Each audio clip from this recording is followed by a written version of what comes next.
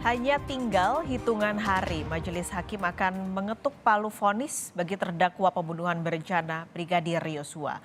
Lembaga Perlindungan Saksi dan Korban menyebut Richard Eliezer terpukul dengan tuntutan 12 tahun penjara. Sebagai penguak fakta, Eliezer merasa tertekan dengan tuntutan jaksa.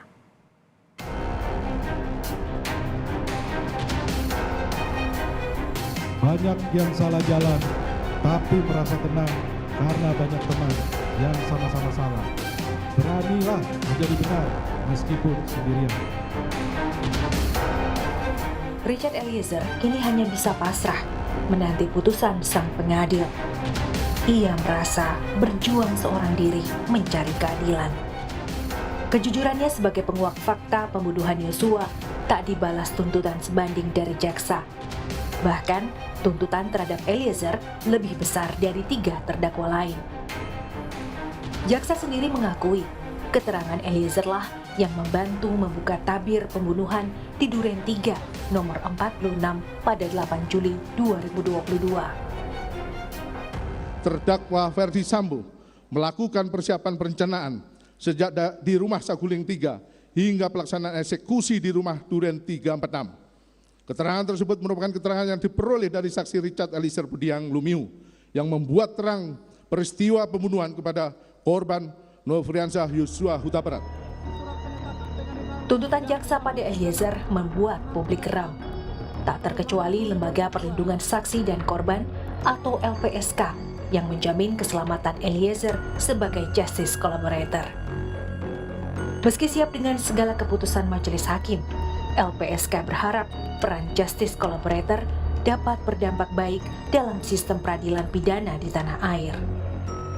Dia cukup shock artinya menangis ya, dalam artian begini kan, dia merasa sikap jaksa maupun hakim terhadap dia selama proses pengadilan itu kan sangat baik. Bahkan klausul-klausul yang muncul sebelum putusannya itu disebutkan kan sangat baik buat dia. Itu yang dia merasa kaget, tetapi alhamdulillah dia bilang, saya ini anggota Brimob Pak, dan saya siap untuk menghadapi apapun. Sejatinya, Eliezer tak sendiri selama menghadapi persidangan. Berbagai dukungan tak henti mengalir dari berbagai penjuru menuntut keadilan bagi Eliezer. Seperti Aliansi Akademisi Indonesia yang menyerahkan surat ke Pengadilan Negeri Jakarta Selatan. Mereka disebut amicus curiae atau sahabat pengadilan. Ingin mengatakan siapapun harusnya menolak perintah yang melawan hukum, perintah yang melawan keadilan, melawan hati nurani. Tapi kan dalam situasi yang terjadi pada peristiwa pembunuhan itu, tidak mungkin yang bersangkutan melakukan itu. Itu betul-betul satu peristiwa yang sangat tragik, ya, yang harus dilihat dalam konteksnya.